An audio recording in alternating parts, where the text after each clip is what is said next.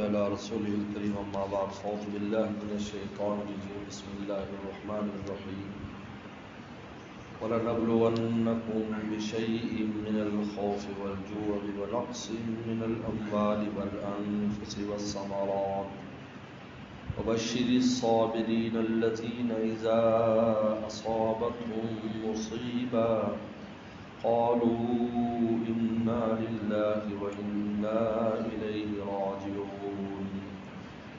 أولئك عليهم صلوات من ربهم ورحمة وأولئك هم المهتدون. قال النبي صلى الله عليه وسلم تموتون كما تحيون وتبعثون كما تموتون أو كما قال عليه الصلاة والسلام. صدق الله وصدق رسوله النبي الكريم. میرے محترم بزرگ اور دوستو، آج یہاں پر میری حاضری حاجی یاسین صاحب مرحوم تعزیت کے سلسلے میں ہے. اللہ تعالیٰ نے قرآن مجید میں پہلے سے ہمیں بتایا ہے ہم تمہارا امتحان لیں گے، وَلَنَبْلُوَنَّكُمْ، ضرور امتحان لیں گے، یعنی ضروری پرچہ ہے. یہ امتحان ضروری ہے، یہ اختیاری نہیں. یہ شیء من الخوف، کبھی خوف لائیں گے تم پر. صحابہ کرام پر آیا، صحابہ فرماتے ہیں غزوہ خندق میں اتنا خوف تھا کہ کوئی اکیلا پیشاب کرنے بھی نہیں جاتا تھا، اتنا خوف تھا. بلجوع اور بھوک کے ذریعے لیں گے، بھوک پیاس تم پر مسلط کرتے ہیں، تمہارا امتحان لیں گے. وَنَقْصٍ مِّنَ الْأَمْوَالِ، کبھی مالوں میں خسارہ دیں گے، امتحان لیں گے. وَالثَّمَرَاتِ، کبھی پھلوں میں کمی لا کر امتحان لیں گے، اور کبھی جانوں میں کمی لا کر تمہارے پیاروں کو لے جائیں گے اور پھر دیکھیں گے اس امتحان میں تم کیا کرتے ہو. پہلے سے خبر دی ہے، وَلَنَبْلُوَنَّكُمْ، یہ ہوگا. آپ تمہاری زندگی میں چیزیں پیش آئیں گی، کبھی خوف کی شکل، کبھی بھوک کی شکل، پیاس کی شکل، مال کی کمی کی شکل، ثمرات کی کمی، منافع کی کمی، کاروبار میں نفع کم، یہ بھی سب پیش آتے ہیں. پھل کم ہے، کھیتیاں کم ہے، اور تمہارے پیاروں کو جانے دیں گے، ان کو لے کے جائیں گے. اب آگے کیا فرماتے ہیں؟ یہ تو امتحان ہوا، اس امتحان میں پاس ہونے والوں کو کیا ملے گا؟ بشر الصابرین، خوشخبری سنا دو. سبحان اللہ. خوشخبری اللہ براہ راست بھی دے سکتے تھے، لیکن بشیر اے ہمارے محبوب آپ خوشخبری سنائیں تاکہ ان کو دوہرا مزہ، دوہرا اطمینان ہو، میری طرف سے بھی اور آپ کی طرف سے. بس کیا آپ رسول اللہ کو نہیں بنا بشری صابر، ورنہ یوں کہہ دیتے کہ ہماری طرف سے تمہیں بشارت ہے، صبر نہیں. آپ واسطہ بنے، آپ کی ذات واسطہ بنے، تاکہ آپ کی شان رحمت بھی شامل ہو جائے اور میری رحمت بھی شامل ہو جائے. بشری صابرین، خوشخبری دیجیے صبر کرنے والوں. اب صبر کرنے والا کسے کہتے ہیں؟ صبر دل کا فعل ہے، یاد رکھیں. دل کے فعل کا نام صبر ہے، کہ انسان کے دل میں بھی شکایت نہ ہو اللہ تعالیٰ کے فعل پر، اس کا نام صبر ہے. بشری صابرین. اور زبان کو کیا پابند فرمایا؟ اذا اصاب مصیبت.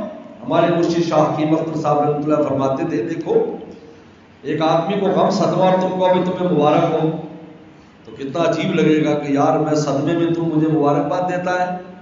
لیکن اللہ تعالیٰ چونکہ اللہ تعالیٰ کو یہاں کا بھی معلوم ہے وہاں کا بھی معلوم ہے، تو فرمایا بشری صاحب تمہیں مبارک ہو. فرماتے صبر کرنے والوں تمہیں مبارک ہو، اس لیے کہ یہ تو امتحان آنا تھا، تمہارا بھی امتحان تھا، جانے والوں کا بھی تھا، لیکن تم نے صبر کیا تو تمہیں مبارک ہو کہ تم امتحان میں کامیاب ہو گئے. تمہارے کامیاب ہونے سے جانے والا بھی خوش ہوتا ہے. آپ مجھے بتاؤ بچہ امتحان میں کامیاب ہو جائے تو ماں باپ خوش ہوتے یا نہیں؟ خوش ہوتے. ہمارا بچہ جی ماشاءاللہ پاس ہو گیا. بس اسی طرح جو قبر میں جانے والا ہمارا عزیز ہے، والد ہے، دوست ہے، بھائی ہے، چاچا ہے، تایا ہے، اس کو بتایا جاتا ہے کہ پچھلوں نے صبر کیا وہ پاس ہو گئے، وہ وہاں پاس ہو جاتا ہے، یہ یہاں پاس ہو جاتے ہیں، اس کو ڈبل خوشی ملتی ہے. بچے کے ساتھ اندازہ کی ماشاءاللہ. ذاسا مصیبت قالوا، اب زبان سے کیا کہتے ہیں؟ انا للہ و انا الیہ راجعون. یہ عجیب جملہ ہے، اپنے الفاظ کے اعتبار سے بھی اثر رکھتا ہے اور معنی کے اعتبار سے بھی اثر رکھتا ہے. حدیث شریف میں آتا ہے اگر یہ جملہ کسی کو دیا جاتا تو حضرت یعقوب علیہ السلام کو دیا جاتا، جب ان کو غم ستاتا تھا یوسف السلام کا تو وہ انا للہ پڑھتے، لیکن قرآن نے کہا یا اسف علی یوسف، ہائے مجھے یوسف پر افسوس ہے، ہائے یوسف کا غم. فرمایا یہ جملہ اللہ نے خاص طور پر میری امت کو عطا فرمایا. سبحان اللہ. یہ خزانہ ہے، خاص خزانہ ہمارے لیے، کسی کے لیے نہیں، اس امت کے لیے. یہ اپنے الفاظ کے اعتبار سے رکھتا ہے، کتنا بڑا غم کیوں نہ ہو. دیکھیں غم آئیں گے، اللہ نے تسلی کے لیے یہ چیزیں ہمیں کیوں دیں؟ اس لیے کہ ہمیں بھی کام کرنا ہے. ہم اگر غم میں رہیں گے تو جانے والے کو بھی فائدہ نہیں پہنچا سکتے، اپنے کو بھی فائدہ نہیں پہنچا سکتے، اور ہمارے جو زیر سایہ ہیں ان کو بھی فائدہ نہیں پہنچا سکتے، ان کو فائدہ نہیں پہنچا سکتے. کیونکہ جانے والوں کو فائدہ آپ کے اعمال سے ہوگا، آپ جو کچھ کریں گے تو ان سے ان کو فائدہ ہوگا، اور ان کو بھی ہوگا جو موجود ہے. تو اپنے ظاہر کے اعتبار سے بھی کیسا غم ہو، انا للہ و انا الیہ راجعون پڑھے تو غم کا بداوا، غم اللہ تسلی دے دیں گے، دل پر پھایا رکھ دیں گے، اور آپ اس قابل ہو جائیں گے کہ اب آپ ان جانے والے کے کام کو انجام دے سکیں. اور اپنے معنی کے اعتبار سے بھی کتنا خوب جملہ ہے، انا للہ، ہم سب اللہ کے ہیں. اللہ پر تم سب میرے ہو، بھائی جو گیا وہ بھی میرا تھا، تم بھی میرے ہو، میری مرضی ہے میں نیچے رکھوں یا اوپر رکھوں، میری مرضی ہے. حدیث شریف میں آتا ہے جب پیغمبر صلی اللہ علیہ وسلم کی ایک بیٹی کا بچہ فوت ہوا تو پیغمبر صلی اللہ علیہ وسلم نے ان کو تسلی کیا، فرمایا اِنَّ لِلَّهِ مَا آتَى وَلَهُ مَا أَخَذَ، کہا کہ جو دیا وہ بھی اللہ کا تھا، جب لیا وہ بھی اللہ کا ہے. وَكُلٌّ عِندَهُ بِأَجْلٍ مُّسَمًّى، اللہ نے ہر ایک کے ایک اجل مسمى، ایک وقت مقرر رکھا ہے. فرمایا فَلْتَصْبِرُوا وَلْتُوجِبُوا، بس صبر کر کے اجر حاصل کرو. تو اِنَّ لِلَّهِ سب اللہ کے ہیں. وَإِنَّ إِلَيْهِ رَاجِعُونَ، کہا کہ تم نے بھی وہیں جا کے جمع ہو جانا ہے، تم بھی وہیں چلے جاؤ. یہ جدائی دائمی نہیں ہے، مومن کی جدائی دائمی نہیں ہوتی، عارضی ہے. جب بعد میں جاتے ہیں تو وہیں اکٹھے ہو جاتے ہیں. ایمان والوں کی روحیں ایک ہی جگہ اکٹھی ہو جاتی ہیں. اب آئے اپنے آباء و اجداد کے ساتھ جمع کر دیا جاتا ہے. میرے مرشد کے پاس ایک آدمی آیا، کہا جی میرے والد فوت ہو گئے، مجھے صدمہ بہت ہے. تو فرمایا تمہارے وہاں رشتہ دار زیادہ ہے یا یہاں؟ کہا کہ حضرت وہاں تو 7 نسلیں ہیں. بھائی اپنے کوئی اتنے رشتہ داروں میں چلا جائے تو اس پر اتنا غم کیوں کرتے ہو؟ اللہ اکبر. وہ تو بڑے رشتہ دار جن کو انہوں نے دیکھا ان سے بھی ملاقاتیں ہوئی، اور پھر قبر میں جاتی نبی کریم صلی اللہ علیہ وسلم سے ملاقات. سب سے پہلے تو یہی ملاقات ہوتی ہے، حضور صلی اللہ علیہ وسلم سے ملاقات ہو جاتی ہے. لیکن جب مومن کو جانے والے کو کوئی خسارہ نہیں ہے. یہ جو ہمیں غم ہے یہ جدائی کا غم ہے، جدائی کا غم ہوتا ہے. ورنہ مومن کے لیے تو ہر آنے والی منزل پچھلے سے کہیں آنا ہے، پچھلے کہیں آنا. ایمان کے ساتھ جو چلا گیا بس کام بن گیا، اس کا ایمان ساتھ لے لیا بس کام بن گیا. اب پتہ نہیں اللہ کا فضل بھی متوجہ ہوگا، اس سلم کی صفات بھی متوجہ ہوگی، پتہ نہیں کیا کچھ اس پر متوجہ ہوگا. تو اپنے معنی کے اعتبار سے بھی جملہ خوبصورت، اِنَّ لِلَّهِ، ہم سب اللہ کے، وَإِنَّ إِلَيْهِ، ہم سب نے بھی جانا ہے. اس پر انعام کیا ملتا ہے؟ 3 بڑے انعام کراتے. اللہ اکبر. اولئک علیہم صلوات من ربہم، صلوات وہ خاص رحمت ہے جو پیغمبروں پر نازل ہوتی صلی اللہ علیہ وسلم. پڑھتے نا، یہ خاص رحمت ہے. صبر کرنے والوں کو اس رحمت میں سے بھی حصہ دیا جاتا ہے. اس لیے لفظ صلوات استعمال کیا، اور کئی ایسے لفظ نہیں ہے. انبیاء السلام کے لیے استعمال ہوا ہے، لیکن امتیوں کے لیے یہ موقع ہے کہ جب وہ صبر کرتے ہیں. علیہ صلوات خاص رحمت ہے، وہ رحمت عام رحمت ہے، یعنی خاص رحمت بھی دی جاتی ہے صبر کرنے والوں کو، عام رحمت بھی دی جاتی ہے. اولئک هم المهتدون. اور تیسری نعمت کیا دی جاتی ہے کہ وہ ہمیشہ ہدایت پر رہیں گے. اللہ ان کو گمراہی کی طرف لے، یعنی صبر کرنے سے گمراہی سے بچ جاتا ہے. کیونکہ صبر کا پھل تو کڑوا ہے لیکن اندر جب جاتا ہے تو میٹھا ہو جاتا ہے. جس طرح کہتے ہیں نیکی آگے سے کڑوی ہوتی ہے پیچھے سے میٹھی ہوتی ہے، برائی آگے سے میٹھی ہوتی ہے پیچھے سے کڑوی ہوتی ہے. ہمیشہ کے لیے اس کی برائی جو ہے روح کو کڑوا کر جاتی ہے. تو پر قرآن کہہ رہا ہے کہ ہم 3 بڑی نعمتیں دیں گے صبر میں، جو اپنی زبان سے نہ لینا پڑیں گے اور دل سے بھی شکایت نہیں کریں گے. بھائی یہ جو وقت تھا ان کے لیے یہی خوبصورت وقت ہے. دیکھو ایمان کے ساتھ جانا یہ معمولی نعمت نہیں ہے، یاد رکھو. ایک اللہ والے سے کسی نے پوچھا، ایسے محراب میں بیٹھے تھے، کہ حضرت اگر آپ کو یہ کہا جائے کہ بھائی یہی مرنا ہے تو ایمان سے مرو، اور اگر تم وہاں آ کر مرو تو بڑا ولی اللہ بنا کے تمہیں موت دے گے تو کہاں مرنا پسند کرو گے؟ انہیں کہا میں یہی مرنا پسند کروں گا. پتہ نہیں وہاں تک جاتے جاتے ایمان بچتا بھی ہے کہ نہیں. اللہ اکبر. ایمان کے ساتھ جانا کوئی معمولی بات نہیں ہے کہ ہمارا کوئی بھی ایمان سے چلا گیا، ہمارے بڑے خصوصاً والد چلا گیا، چاچا تایا ایمان کے ساتھ چلا گیا، یہ کوئی معمولی بات نہیں ہے. وہ جتنا مقام اوپر پائیں گے، اس لیے میں کہتا ہوں مثال ثواب خود کیا کرو، اس لیے کہ وہ جتنا مقام ان کو اوپر چلا جائے گا تو قرآن نے کہا لہتنا بھی ذریت اولاد کو ہم وہیں پہنچا دیں گے. سبحان اللہ. اور ہم ان کا عمل نہیں دیکھیں گے کہ اولاد کا وہ بھی ایمان کے ساتھ اگر گئے تو ہم بڑوں کے ساتھ پہنچانے جاتا ہے. میں کہ بڑوں کو وہ آگے بڑھاؤ، ان کے لیے خوب پیچھے سے ایصال ثواب کرو، ان کی نیکیاں کرو، ان کے یادوں کو تذکروں کو یاد رکھو، ان کے کام کو جاری رکھو تاکہ ان کا مقام اور بلند ہو. تو اللہ تعالیٰ نے ہمیں اس غم اور صدمے میں، حضور صلی اللہ علیہ وسلم آپ کا بیٹا فوت ہو رہا ہے، انتقال کر رہا ہے، تو آپ کیا کہہ رہے ہیں؟ فرمایا کہ دل غمگین ہے، آنکھوں سے آنسو جاری ہیں، لیکن ہم خدا کے فیصلے پر راضی ہیں. سبحان اللہ. ماشاء اللہ. دونوں چیزیں جمع کر کے دکھائیں. رونا یہ جدائی کو کم کرنا یہ منع نہیں ہے، لیکن شکوہ شکایت نہ ہو. اللہ کا جو فیصلہ ہے اس سے بہترین، یعنی ان جانے والے اس سے بہترین کوئی بات نہیں. تو کوئی ایمان ساتھ لے کے چلا گیا، بس اس سے بہترین کو ایمان لے گیا، بس ایمان کے ساتھ.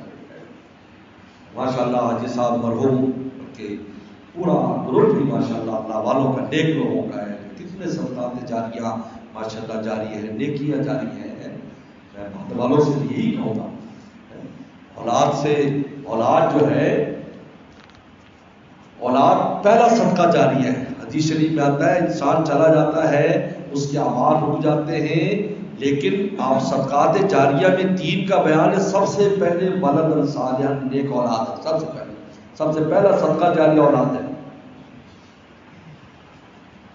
اس کے بعد علم آتا ہے کہ جو علم پڑھتے پڑھاتے ہیں، اس کے بعد پھر مسجد بنائی، دوسرے ہوا ہے، تو اس اولاد سب سے پہلا صدقہ جاریہ ہے. لہٰذا اپنے اعمال کو دیکھیں. حدیث شریف میں آتا ہے والدین کے پاس اعمال پیش کیے جاتے ہیں اولاد کے لیے. اولاد پیچھے کیا کرتے ہیں؟ نیکیاں کرتے کچھ ہو جاتے ہیں، ضرور کچھ ہو جاتے ہیں.